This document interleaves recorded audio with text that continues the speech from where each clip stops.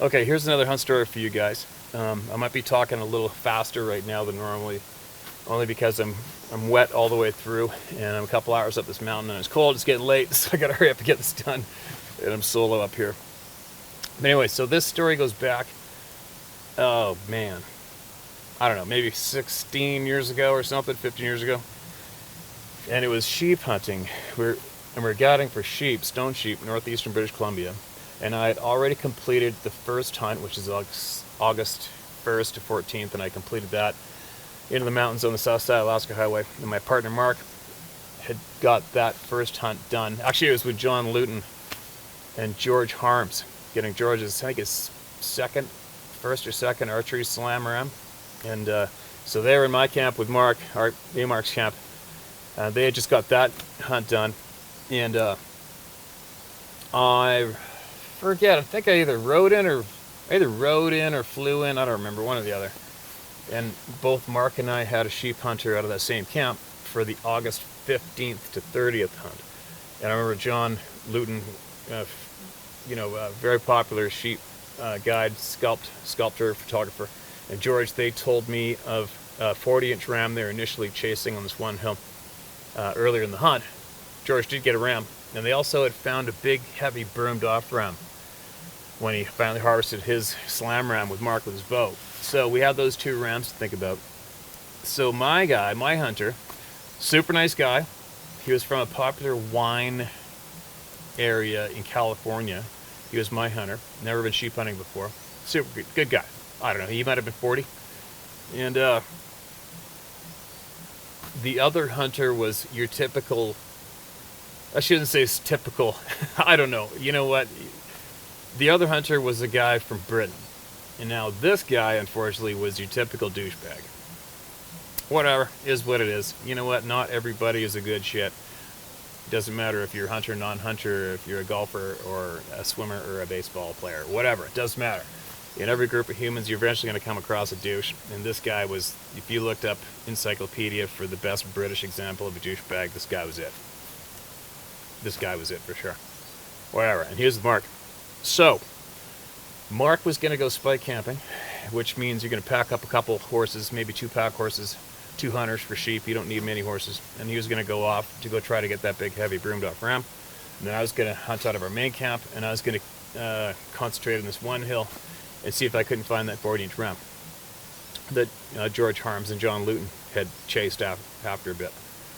And we had a young wrangler in camp, and we had a cook. So, the British guy, as an example, so this British guy, he's like, it was just really annoying at camp. You know, when sometimes you get people who they attempt to start a pissing contest with whatever topic it might be, and they throw you or the others in the room, include them in the pissing contest without them even knowing or even accepting the invite. You know, it's just, sometimes you just get those egomaniac idiots. Alright, before I even start going on, let's just carry on the story. So, like this British guy, he had such shit-eating attitude. You know, he's like, after this I go to Alberta to get my Rocky. And once I get my Rocky, I'll go home. I won't bother shooting a moose. I don't need a moose. If I do shoot a moose, I wouldn't shoot anything unless it's 60 inches a minimum. 60-inch minimum or more. That's it. I want to excuse my British accent if I can't mimic it, but I've never had interest in accurately mimicking a British accent in my life. It is what it is. But the guy just basically had shit-eating attitude saying, "Oh, I'm not going to shoot a moose. Not unless it's 60-inch minimum." Well, meanwhile, these are Canada moose, and in all my years, I never ever guided a 60-inch moose. I shot a few. I got it a few 59s, 59s and a half, and I don't think Mark ever got a 60 either, so basically he's not getting a moose. But anyway, moving along. So off we go. I took my hunter up to the top of this mountain. We tied it. We rode. It's only about an hour and a half ride. Yeah, hour and a half. Maybe 2 hours tops, which is nothing in that country. And we tied up the mountains up in this pass, hiked up onto the top. And how we typically hunt this one particular mountain is we'll hike up on the top of it. It's shaped like it's a big long hill. We'll get on top of it, and then we'll sneak over to one end, and you look down into these basins on the end. Slowly peek over, look down, and quite often we'll find rams in these basins, and it's an easy whack. It's an easy shot, harvest. And the weather's pretty good that afternoon as it climbed up, so it's sunny up. And when I got to the end of it, looked down, nothing. Looked down, nothing. Got over the backside, down, nothing. And they were just sort of hanging out. You know, you take cover in a pile of rocks and hang out and sit there and glass and glass. And we're glassing way off in the distance at the next run of hills, mountains. And it's a real great place just to look at everything, take care of it. You can look down and see velvet moose, caribou, there's goats, stone sheep, the odd grizzly, elk. So we're sitting there, and all of a sudden I caught these buggers way down below us. And they're coming out of the buckbrush, and there's 5 or 6 rams, and they're feeding around. And you can see this one guy's, he's long, and he looked really good. And I aged him, and sure enough, he's just an 8-year-old ram, though. And I couldn't remember the age, if John and George should put an age in that ram, but he looked as though he might have been the ram we're after. So we looked him over, and my guy's like, I'd love that ram. I'd shoot him in a second. He's awesome. I'll tag that ram in a heartbeat. And I'm like, okay, because I think it's only day 2 of the hunter stop. I mean, we got 2 weeks. But, you know, he wasn't one of those guys that had a few sheep at home and had a benchmark he was trying to achieve. He just wanted a great example, a great stone sheep, and a great memory of his hunt to take home. So I'm like, okay. So I looked down there, I looked on the horizon, and you can see this thin, dark line, you know, looking north towards the Yukon. You can see this thin, dark line on the horizon. And I told him, I said, hey, look, I go, just so you know, I mean, we can shoot him today, or we can come back tomorrow and harvest him, because we walk him way down there. By the time we get him all the way back up the mountain, over the top of the mountain, and back down to the bottom of the mountain, and then to the horses, and then back to camp, it's gonna be pitch black, and it's probably gonna be, by the looks of that thin dark line on the horizon, it's probably gonna be all hell's gonna break loose, some rain, and it's not. He's like, oh yeah, what do you think? I'm like, I don't care. No big deal. We're gonna get wet, and sunlight never killed any, you know, darkness never killed anybody. It's up to you. You want to go get him? Let's go get him. Let's kill him. Big deal. We'll make it back to camp. He's like, okay, let's get him. I'm like, okay, let's go. So we back away, drop downhill the next basin over. So you got that ridge, that long ridge line to cover us. Suck tight to that thing. Drop down. I don't know. I guess we can probably drop down about 500 yards or something, and then we come up to the edge. Get propped up. There they are. I think they're 230 or 240 away from us on an angle, you know, still even farther down, but they're right there. And they're milling in and out of the buckbrush. I actually have this on video, and it was on these little high 8 tapes, and I have it transferred to a DVD disc, but I don't know where it is. It's in a storage box somewhere. It'll take me forever to find it. Who knows, maybe I'll find it by the time I edit this video up. So he gets lined up, and he's in the buckbrush, milling around. We're sitting there. I got the camera in a tripod. And then he comes back out again. Then he goes there, and then he comes out. And then the guy gets it because I can't make the shot. And I'm like, what? Yes, you can. He was taking forever. So he lays back down. And then thump, pulls the trigger. Boom. Shoots the ram. And he got him. And we're like, right on. High five. We go. So now we got to go hiking all the way down there. We get to the ram.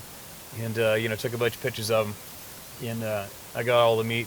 I removed all the meat from the carcass and caped him out. He just wanted shoulder cape. And I got almost all of it on my backpack because, unfortunately, he had one of those little fruitcake frickin' day packs that some guys bring. I don't know why. I don't want to strangle them when they do, because these little fruit ball packs some of these people bring, there's only enough room for the rain jacket, their lunch, their hunting license, and a box of shells. That's it. It's like, what the... Get that thing out of my way, you know? Because they basically can't even put anything in there. Whatever. And so we get everything loaded up. And, you know, typically when you go back up the mountain, you're going to traverse like this and traverse like that and slowly make your way up. And I'm like, oh my God. I'm just going to go straight up. I'm just going to power this thing straight up, you know, and get it done. So off we go. And you know what? This guy's, he wasn't in bad shape. Wasn't in bad shape at all. He didn't seem like he was missing any marbles. He seemed like a real aware, normal guy. Rational thinking, normal person. And we start hiking straight up. And I told him, oh, don't hurry, don't panic. Go at your own pace. I go, I'm just going to hammer up here because I just want to hurry up and get this done. I want to get this thing to the top of that this base and get to the top. So like, all right, no problem. So we start hiking. You know, I've got this whole frickin' sheep on my back and my backpack and all. I got the spot scope. I've got the spotting scope. I've got everything in my backpack with this ram. And I'm leaving him. Like, I'm leaving him behind, like, at a rapid pace. You know, I get up and I turn around and it's steep enough. I just like lay against the bank like this and I look down. And I can see him. He's got his back to me, like this, and he's buckled over. And he's way down there. Like, he hasn't even been hiking much. I'm like, dude, you all right? And he just, gives me one of these ones. I'm like, what the hell's going on? So I start hiking up even farther, and I look back down, and now I see him, and he's laying, and he come back up a little farther, now he's just laying there like this. And he's rolling around like this, and I can see this look on his face. This weird look, like pain or something. I'm like, hey, what's going on? No answer. He's just kind of rolling around on his back, looking like he got shot in the guts. And I'm like, what the hell's going on? So I take my backpack off, and I balance this so it's not going to roll down the mountain. And I go hiking all the way back down there, and he's like,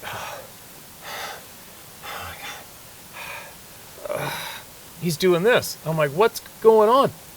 Are you all right? Yeah. Just go without me. Go without me. I'll be all right. Just go without me. And he's not making sense. And I'm like, what do you mean? What's going on? What are you doing? What's wrong with you? Just go ahead. Just go ahead. Just go ahead. Just gotta sit here. Just gotta sit here. And he's left. This dude that I was with, how many times has that happened? Like, it's like the dude that was with me half an hour ago isn't here anymore, and this guy's acting like he's dying. I'm like, look, you can't, and now it's starting to sprinkle rain. The system's about to hit us. Now it's the last light. I wanted to get to the top and just over the top before it got dark, which I had time to do. And now this guy's rolling around like he's dying. And I'm like, come on, let's go. What do you got in here? Drink some water. Drink some water. Is it food or what's going on? And he wasn't relaying clear to me what was wrong with him. So now, there's no way I'm leaving him up. There's nothing. There's no timber. You're on rocks and lichen that deep. There's nothing. You can't make a fire. You're not staying up there overnight. And no, we're not prepared to stay overnight because it's like a hunt from the cabin. It's like going out of your backyard for the day. It's not, we've done it a billion times. Never had an issue. There is some spike camps on the bottom side by the horses with some firewood that we could go camp at, but I got to get this guy off the back side of this mountain over the top, and I got to get him back down to the horses, no matter what. So I get him going again. He gets up, and he's just kind of stumbling and staggering like he's in pain. And I managed to get him up to the top edge of that basin, and then I go back down. Then I got the backpack and the ram, and I packed that thing all the way back up. And now I've got his backpack. Oh, no. So I got him to dump his backpack. I put on his backpack so he'd just be free, and got him to start crawling up the basin. Then I got to my backpack, and I put his backpack on my backpack, put that shit on, and the ram and everything on me. And I'm trying to mush him up this frickin' mountain. Now it's almost dark. It's pouring rain like you would not believe. We're soaked. I'm soaked from sweat anyway. I'm soaked. We're soaked. And I finally get him to the top edge, and now he's on his hands and knees, pretending to crawl, and he's like, it was like we're in some kind of survival movie. He's like, go ahead, go without me. Just go without me. Just go without me. I can't. Like, and that is what he is doing. This is what I'm watching. So I'm freaked out. I can't get this guy to give me a straight answer about anything. He's not telling me. He's not telling me exactly what's wrong. I'm not a doctor. I'm young. I'm like 28 years old or something, 29. I'm a little more full-on rednecky back then with a shit-eating attitude. Like it got to the point I can't give him any motivational speeches anymore. Now I'm actually physically threatening him. He's rolling around on the ground. I have got 2 backpacks on me and the ram, and I'm telling him if he doesn't get up, I'm going to kick the shit out of him. I said, you don't get the fuck up, I'm going to beat the shit out of you. Get up! He had a wife and kids at home. I already used the wife and kid line on him about 16 times. It's absolutely pouring rain. It's pitch black, and he'd get up, and he'd stumble, fall down. And he'd get up, stumble, fall down, roll around, claim that he can't go on, I can't go on, go without me. I'm like, holy shit. Like I was so freaked out that I'm actually killing a hunter. I have a hunter who's dying right here. There's nothing I can do about it. There wasn't any in reaches then. I think we might have just had we might have just had the old first satellite phones. What were those ones? Global Star, I think. Those sacks of shit that never worked. But we only had one of those, and it was always in the cabin for the plane, for the cook and whoever, right? So anyway, I kept on telling him, I go, look, you just go a little farther. We just got to get down the mountain, and there's a campsite down there. We'll camp there, and we'll light the fire. Meanwhile, that sucker was actually way down the valley. But I had to keep luring him. And then he's literally crawling across the top of the mountain. Crawling across it. We had to go, so across the flat was probably about another 700 or 800 yards, and then we had to start dropping down, and then we have to get in those Christmas trees, subalpine, and now I have to try to find that horse trail. You can't see shit. You're trying to flashlight, you can't see shit in that rain. So, and your eyesight is actually, you're better off without using a flashlight when you're traveling in the dark and the timber. Try it. You'll see, lots of you know what I'm talking about. Your night vision is way better to picking up stuff than it is the flashlight. But due to the severity of this storm, it was fucking brutal. And I knew there was a belting rock wall that was about 20 or 30 feet straight drop into boulder piles. And that sucker went straight along where we had to climb down, somewhere right below us, because I was almost going by feel numerous times. And I had to try to remember how far down we got, and then I had to try to guess. I had to go to the right at least 500 yards, then drop down to ensure we got through this thing. Because normally I'd go up this little goat trail through the middle of it, but there's no way we're going to even find that little goat trail through this rock face.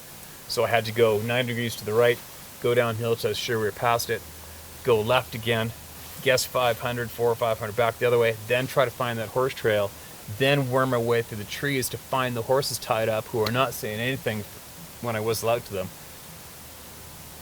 It really, really sucked. It just sucked. Everything was against us. He was rolling around still. And I almost had to start kicking him at least half a dozen times over the course of hours across the top of this damn mountain to make him get up and make him push on to get down to the mountain, at least so I can get him in some timber, some trees where there's some fire, and I can let it fire and save his ass. Because it still gets pretty cold up there, even though it's August, as an example of the north, and you can have freak weather. We had the Alaska Highway shut down from a snow dump July 17th one time, to give you an idea how it's not your average August, July's up there. So it's winds, the wind is like 90 million. The wind is 90 degrees. The rain's 90 degrees. It's pitch black. It's absolute hell. I don't know how many hours later I finally got on the horses. And I remember back in the ways. Here's an example. He's like, I go, what's going on? He's like, I gotta shit. I gotta shit. And I'm like, take a shit. That's probably 9/10 of the problem. Take a shit. Do whatever you can to get some comfort going on here. Like, what are you thinking? Come on, let's go. And then we got back to horses. And I'm like, okay, get on the horse. Get on the horse. I'll lead you down. So I was just going to get him on his horse, tie his horse to my horse, and I'll hike down and lead them and get them down the trail. And then, at least as long as I got him on that horse, then I'm in control and I can just straight shot it and hike all the way back to camp and get him back to camp. So I get him to the horse, and then he just fell over. Started rolling down into the bushes and just laid under a tree. And I'm like, get up. Come on, get up. I go take a shit. Take your shit. You take a shit? And he's like, I already did. I'm like, all right, so now he's shit himself. And I go, you stay here. Stay right here. Went back up. I secured my backpack, the ram on my saddle, and his backpack. I tied his horse onto mine. I'm stumbling down the trail to him. I managed to get him up on his feet again. I got him stumbling and walking. Now he's walking. He seems to be walking a little farther now that we've got the horses with us. Like he's not falling down, getting up, walking, falling down, getting up, sitting there, whining, rolling around. I can't. And then we start getting on the main trail where it's full-on horse trail, dropping down. And he's just cruising along, walking now. Like he's just walking. And I'm thinking, okay, it's kind of weird, whatever, just keep going, right? And I knew that one pile of firewood was coming up in that one little spike camp some residents used to use. And I didn't want to stay. We're too wet. I got him walking now. I don't know what time it was by now. We got back to camp. I think we got back to the cabin at around 4 in the morning. maybe 4:30 in the morning. And then we get down that trail down to the river bottom to the flat where we're going through the burn. The burn is basically the same height, elevation as camp, and now he's just cruising along. He's just walking. Like he's fine. Walking. He's not dead. Like the symptoms he was showing me, he should have been frickin' dead. And we get back to camp, and, you know, I know Mark, my partner, and his wife are going to be a little concerned. I mean, you don't not come back all night long from going hunting at this particular spot. It's like a skip from the porch, basically, in that country. He goes off into the cabin. I go to Mark's, tell him exactly what happened. And then we got up in the morning, and right away I hit the satellite phone, and I phoned the outfitter and said, hey, man, I got this guy who's ready to die.